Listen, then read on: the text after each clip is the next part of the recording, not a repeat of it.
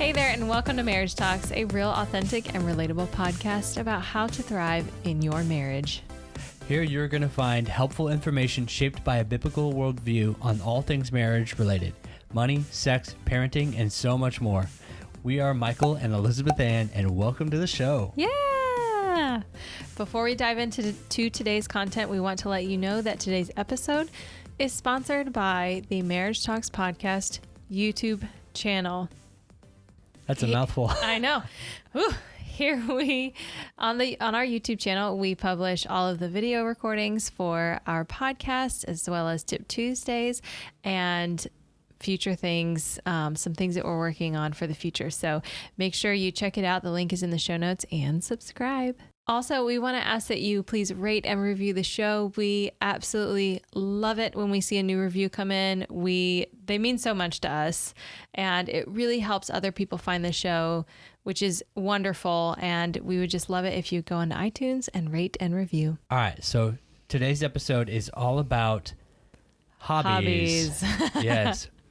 And you might think, like, hobbies, what does that have to do with marriage? Well, a lot. A lot. Which you won't ask that when you're done with this episode. But we wanted to talk about it because it's something we haven't really seen talked about anywhere else in particular. And I know it's something that causes a little bit of friction in marriages all over the planet. So we're going to talk about it here today. We wanted to start off with definitions so you kind of know where we're coming from. So first of all, Elizabeth, what is a hobby? A hobby is an activity done regularly in one's leisure time for pleasure. Yeah. So, Michael, you read that perfectly. What is leisure time? Because I feel like that's important that we define that as well. Well, I just have to say, first of all, I pronounce it leisure because I'm British, as you can tell. So you can pronounce it leisure, but I can't pronounce it advertisement. Oh, but mine's fake. Yours is real. If you're not British, you can't get away with saying advertisement. I am extremely British, actually, in my family line. You also, like, we're more British than some of the people who live in England. Yeah, I suppose so. I'll let you get away with it. But I also say favorite with the U in it. You can just slightly hear it when I say it.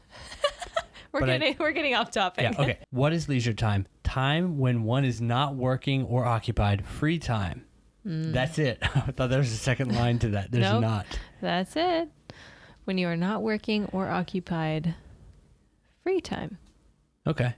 Yeah. So yeah, we thought it'd be good to kind of just get those out there as like our, Webster's dictionary. So you kind of are on the same page. Most people kind of know what a hobby is, but we're just kind of working from that definition. Yeah, we just kind of want to lay the groundwork so that when we're talking about this, that we're very clear about where we stand with this. And like we said in our intro, a biblical worldview. So we are Christians. So that's the lens that we are looking at this particular subject and every subject in our marriage. I feel like sometimes we think that hobbies are a right, like we absolutely have to have a hobby, and it's just a part of living, when in actuality it is a privilege. Because if you think about what is a hobby, it's done in your leisure time for pleasure. Okay, well then what's leisure time? It's your free time. It's not when you're working or occupied. And so when you are married, and especially when you're parenting like young kids, there's not a whole lot of free time. And we just kind of want to talk about the priority of a hobby. Like, where does it rank in the priorities of your life and your marriage, as far as ranking? Because I think sometimes that gets a little muddled, a little out of whack. And so that's kind of where we're going to be coming from today to preserve the marriage, but also we love hobbies. I think hobbies are great. Yeah. Like, let's just say that right off the bat. We think hobbies are good. Yeah, I think that's really important to say off the bat, because during certain parts of this, it's going to sound like we're bashing on hobbies, which we have hobbies. And we enjoy them quite a bit. So that's not the case. We get a lot of joy from our hobbies, but this episode's basically about putting them into the proper perspective and priority list. Yeah.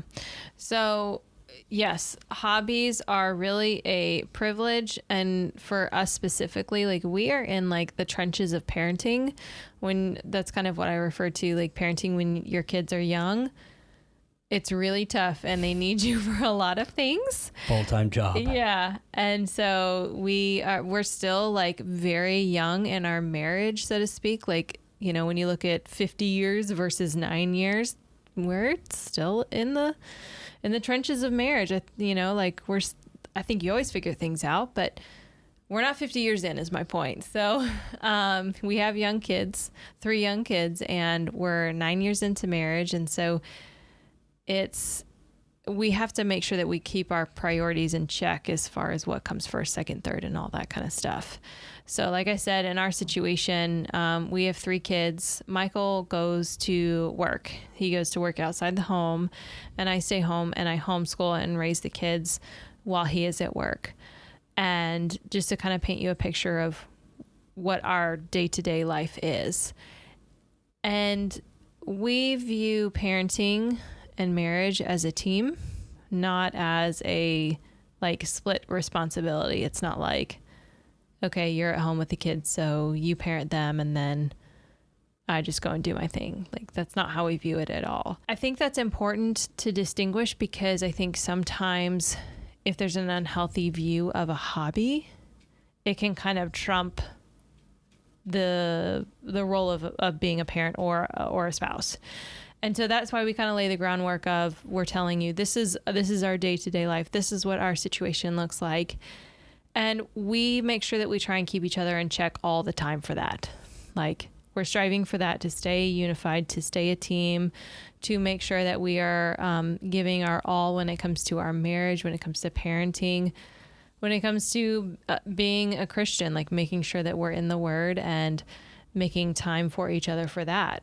You know, like, okay, I'll take the kids so that you can do your thing for your quiet time. Like, you know, making space for that. Yeah. But that's not to say that we don't have moments where it's like Michael comes home and like, okay, can you just give me 5 minutes? Or an hour. It's been a particularly hard day.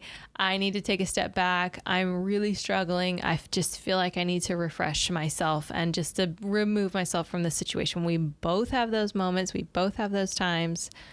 And I think that's important to cultivate that sort of release for each other, especially when you have kids, so that you can show up to be your best for them. I know that it sounds like we're getting kind of off topic from hobbies, but we kind of, our point in saying these things is that sometimes when your priorities are out of alignment, and we have done this, where your hobbies take precedent over your marriage and raising your children and showing up for work, like being present in those things that are not negotiable. So our point in really sharing all of this is that if you're doing a hobby in your leisure time, in your free time, when you really look at that, we need to kind of figure out what free time you have left in your day-to-day or your week-to-week or your month-to-month for your hobby, which is a conversation that we've had. Yeah. Do you want me to add more? Well, I was like... You were very expectant. Well, I just didn't know if you had more. So I mentioned non-negotiable. When we think about non-negotiables for us, it is, our walk with the Lord, making sure that we're giving time to that. Our work, our family time, school, church. To us, those are kind of like the core of non-negotiables. Those are always on the calendar. If you were to break it down day by day, they're always on the calendar. They're reoccurring events all the time. And then from there, we look at like events and appointments. So like birthday parties, holidays, things like that don't show up all the time, but you kind of have to schedule in. And then for us specifically, it's marriage talks. And we spend every night except for one night out of the week working on that. So when you kind of think about our calendar, it's pretty full. It's so full. It makes my head spin sometimes. It's funny. It's pretty full, but we don't go out and do a lot of stuff. You know, we've chosen to do Marriage Talks podcast, which we absolutely adore and just love doing this so much. Like, I wish there were more words to say and express how much we love to do this, but that's a realistic part of, that's where our time goes. So we have to be cognizant of that. And so once we think about all those things in our calendar, then on top of that, you're like, okay, where does my hobby come in? Where's my free time? And for us in this particular season of young kids having a podcast where we are doing it all on our own, just all those moving parts and pieces, at the end of the day, there's not a ton of free time, but we're totally okay with that. Yeah. We're not resentful of that at all. Yeah, it's there, and there will be a time when there will be a little bit more time to dedicate to things like outside of the house, hobby wise. But right now it's not that way because we have other priorities. So like you said, and it's one of those things that I have no grief about that at all. Like I can't get out and golf like I would like to. It'd be cool to hit the links here and there, but it's a chapter in my life where like I cannot carve out 8 hours on a Saturday to go do that. And, green fees and all that stuff. It's just not happening. I plan on doing that when I'm 50 It's plus. called retirement. Yeah, I totally am going to be a golfer when I'm older, but not right now. And that's fine. Yeah. So I want to say it sounds like we're anti-hobby. We're not. We also just want to be very realistic because we have experienced and we've just seen where hobbies can really take a foothold within a marriage where it's not healthy. And so we are just painting a very realistic picture of life and then all those moving parts that fit into there. But then also we're going to share like, how do we make time for hobbies and for things that are just like activities for Michael or just activities for me. And so we're very aware that we do need those. Like the other night, I went and had some wine with a friend who I haven't been able to hang out with in a very long time. And Michael's like, yes, go do that. I've got it covered. Did it eat into our marriage talks time? Well, yeah, but we are aware that sometimes those things need to happen and we're totally fine with that. So flexibility is important for carving out time for those things that don't necessarily happen all the time.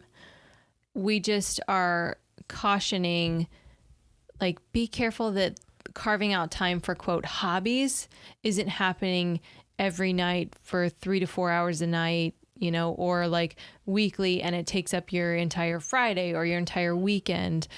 That's what we're cautioning against, because that can be very divisive in a marriage. Yeah. So the big thing is kind of the question of how much time in a hobby is appropriate. And that is really customized to each marriage. In our particular case, Elizabeth's love language is quality time. So with a spouse who loves quality time, it's not going to be conducive to a healthy relationship to spend every weekend out on the boat or whatever without her, or go on a trip or something like that with the guys. So you have to kind of know, and the only reason you can know is if you actually ask her or talk to her or him, whatever. You can flip this too, about what is the appropriate thing. Like, hey, I like video gaming. What I would do if I was a bachelor is every night I would play. I'm not a bachelor. So let's kind of talk about what's an appropriate time. Maybe like a couple hours on Saturday evening, and that's it. But you just got to have an open dialogue about that, because the other thing is that if you are just kind of go whenever you want to, turning on the PlayStation or going out fishing every afternoon after work for 3 hours, getting home at 8 p.m., something like that, and you're not talking about that, you just have to be careful that the other person isn't like struggling with that. And so it's on both parties to just talk like, hey, I'm a little concerned that you're bowling a little bit too much. Yeah. You know how bowling is. Yes. And I want to add something that I really, really struggle with, and I'm very thankful that it hasn't really shown up in our marriage. But I do hear or like read in articles like, my husband needs time. He needs to wind down, and then he does it in this specific way when he comes home from work. Or my wife needs to wind down when she comes home from work, and she does it in this specific way. And it doesn't involve the spouse, or it doesn't involve the kids. And I have a really hard time with that, because all day you're away from your family. Let's just say this is a scenario. All day you're away from your family. Like for us, we'll use this as a hypothetical. If Michael is working and he doesn't come home till 5, and then he says, okay, I need an hour or two to wind down, and I'm going to go fly my drone, or I'm going to go play video games, or I'm going to go fishing, or fill in the blank. It's an activity that is not with family or your spouse. I struggle with that, because I personally don't think that that's appropriate. And that's just my opinion. Because then I feel like on top of being gone all day, and then for those next hour or two, we've kind of leaned on this crutch, like the only way for me to come down from what I've experienced at work is this thing that is extremely fleeting, that's not going to fulfill me, that's not going to help me to be emotionally stable. And I just personally don't feel like that is a good thing for us to buy into. I would hope that Michael would be like, hey, wait a minute. If you're going to go shopping for 2 hours after you get home from work every day, or like he comes home from work and then I'm like, all right, peace out, I'm gonna go shopping for 2 hours or walk around the mall, or I've just removed myself from prime family time, because the reality is our kids are this age once, and the amount of time we have together as a family at the end of the night is very short. And so taking advantage of that and finding joy and wind down, quote, wind down time in the family unit, in the marriage unit, I just personally feel like that's such a better way to feed your soul. Maybe you're doing a Bible study together, like having, reading the kids a Bible story at supper time. But if you're off doing your thing for 2 hours, you're missing supper time and you're missing those moments, I just want to encourage all of us to really not lean on the crutch of, I need to wind down with this activity that really, truly is not fulfilling to my soul, if that makes sense. Yeah. And it could be just something busy, like a quick little iOS game or something like that. But yeah, to me, I always feel like my work stretches. I like what I do, but I feel like my work stretches on, and I get 8 hours at work or more, and then I'm here for like 3 before the kids go to bed, and that's it. And I wish that was reversed. You can get paid the same for 3 hours at work and that would be 8 hours dream. with your kids and wife and stuff. That would be pretty cool. Yeah. That's some people's reality. I would love that, but that's not mine. But anyways, to me, I feel like it's kind of like I want to wind down with everybody. Now, our house is absolute chaos a lot of the time, and that's gotten beautiful chaos. We're working on it. That sure is, and it's been a struggle for me at certain times where, I do desire that quiet. And I get home and it's like you can hear the kids screaming as you open up the garage door, as you approach the front door. It's like, oh, it's really loud in there. But it's pretty cool in a certain way too. Like if you're in that same place, I'm sure you have your days when you struggle with your kids under 10 and how crazy they are and how they never listen. But it's also an amazing time, and your kids will never need you more than they do at this stage. But anyways, I can go on and on about this stage of life. I've got my struggles, but it's just so joyous too. Yeah, it is such a joy. And you just want to make sure that your hobby is not like your constant escape from your responsibilities as a husband, wife, good. Dad, mom. That's your number one role. The hobbies are amazing. They're super amazing, and they're a gift from the Lord, but you just got to make sure that they don't become your Lord. Oh, that's really good. Don't become an idol or something you worship. Yeah, exactly. That's really, really good. And that's something that we have to work together to keep each other in check, that it's not consuming so much time that we feel like a single parent or like something that just really feels super isolating to the person on the outside. Yeah. I like that. It's good. And a kind of related item, it's sort of related to hobbies, but it's more related to just how you spend your extra time. We wanted to talk about guys' night and girls' night real quick. First of all, it's good. Yeah. It is absolutely vital for shaping who you are. Like, it's a very, very, very good thing to do, to at times go out with other guys as a guy. Don't do that. It's not great if you're a girl, but to just go out with guys who are of high quality and are going to do things that are uplifting. That's a qualifier there too. Like, make sure that when you go to guys' night or girls' night, that you're doing things that are uplifting and respectful of the marriage relationship. And I think you know what that means. Like, just do stuff that's cool and above board. Yeah. But it's very, very important. Now, again, it just requires a little bit of a quick conversation with your spouse.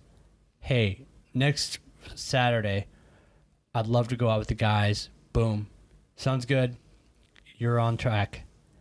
But just expecting it and having such a regularity to where you're kind of just starting to escape things, that's when it starts to get a little bit sketchy. Yes. And I think that to take this even deeper with the hobbies, and I'm glad that you talked about that, because I didn't have this written down in our notes, that we just have to be careful that our hobbies, you mentioned it earlier about becoming your Lord or your idol, that we keep our hearts in check.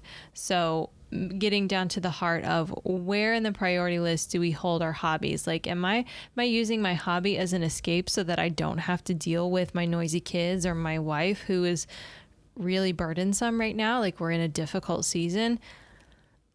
Be honest. If that's a place where you're at with a hobby, then I would encourage you to step back from that hobby and really have a frank conversation in a very graceful and loving way with your spouse. Like, I think we're on two different pages and I'd love to be on the same one. And so keeping a heart check as to, where do I really value my hobby? Where do I prioritize my hobby? Is it an idol to me? Because if it is, then that's a big red flag. Yeah. And with that, we kind of wanted to bring that back to the Bible. One of the verses that has been coming up a lot in different studies and conferences and just self-study was the Sermon on the Mount, and in particular Matthew 6. So I'm going to read for you just 3 verses here. So as we're kind of talking about hobbies and mostly just what your purpose is for doing certain things and why you do things, your motivation, keep this in mind here. Do not lay up for yourself treasures on earth, where moth and rust destroy and where thieves break in and steal, but lay up for yourselves treasures in heaven, where neither moth nor rust destroys and where thieves do not break in and steal. For where your treasure is, there your heart will be also. That's Matthew 6:19 through 21 with the ESV translation. That's good.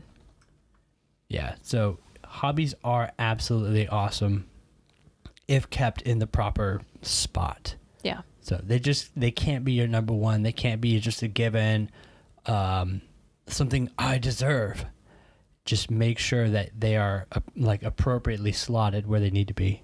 And I would say a good check is like, if your hobby is a weekly recurring thing that happens, every so-and-so night or every so-and-so day, but on your calendar, you don't have a regularly scheduled date night, that's a red flag.